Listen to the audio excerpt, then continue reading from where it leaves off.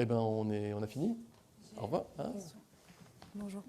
Myriam Laribi, journaliste indépendante. Question d'actualité internationale. Monsieur le ministre, à Gaza, c'est l'horreur absolue. C'est ce qu'a rapporté la journaliste de CNN qui a pu rentrer à Gaza, ainsi que des dizaines de journalistes palestiniens quand ils ne sont pas tués. Près de 20 000 personnes ont été tuées, dont 70% sont des femmes et des enfants.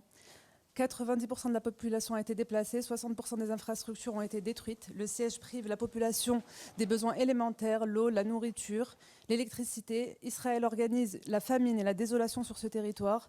De retour de Gaza, le porte-parole de l'UNICEF a exprimé sa rage face au cauchemar humanitaire infligé à 1 million d'enfants. Il dit que c'est le pire endroit du monde pour être un enfant. De nombreux experts de l'ONU et la FIDH alertent sur un génocide en cours. Un agent du Quai d'Orsay a été tué.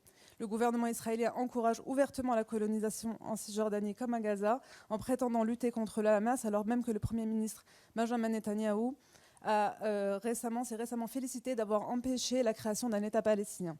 Devant un tel massacre et des buts, des objectifs colonialistes clairement affichés, la France peut-elle rester si passive? Est-ce que la France envisage de rappeler son ambassadeur en Israël ou d'appliquer des sanctions contre le gouvernement israélien?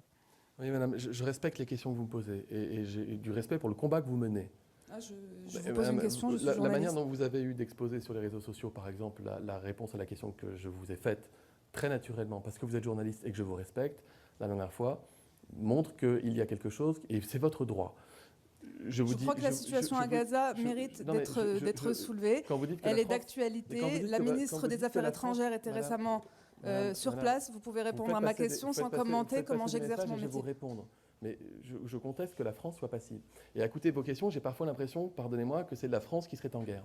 La France n'est pas en guerre. Et la France joue un rôle diplomatique humanitaire très fort pour obtenir une trêve humanitaire qui doit conduire à un cessez-le-feu.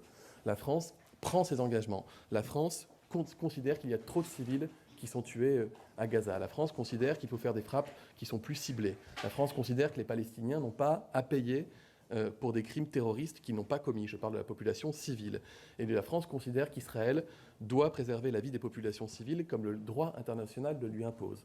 Je vous dirais aussi que la France prendra des mesures nationales contre certains colons extrémistes, comme l'a déclaré la ministre des Affaires étrangères, Catherine Colonna. Encouragés par le ministre de la Sécurité nationale, Itamar Ben-Gvir. Oui, donc vous appliquez des sanctions. La France applique des sanctions contre de nombreux pays, contre de nombreux gouvernements pour des raisons en fait, ma réponse ne vous intéresse pas, vous l'interrompez. Alors, laissez-moi terminer. Je commente. Laissez-moi terminer. Je commente en vous disant que la France applique des sanctions contre de très nombreux pays et pas contre le gouvernement israélien. Les colons sont encouragés par le gouvernement israélien.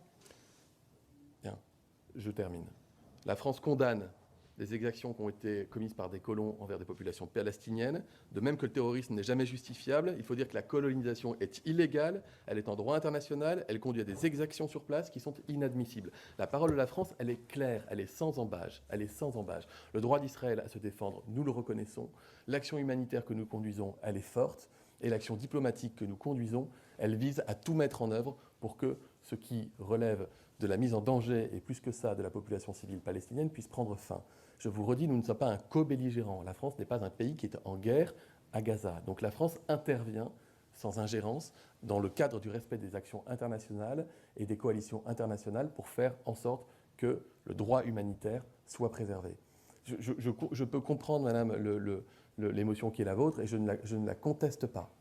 Et je peux comprendre que vous... C'est étrange de dire que la France n'est pas belligérante dans la mesure où, dans la semaine qui vient de s'écouler, la France, il a été organisé par le président des choses pour lutter contre le Hamas d'un point de vue international, comme on lutte pour le terrorisme, hein, je me trompe pas.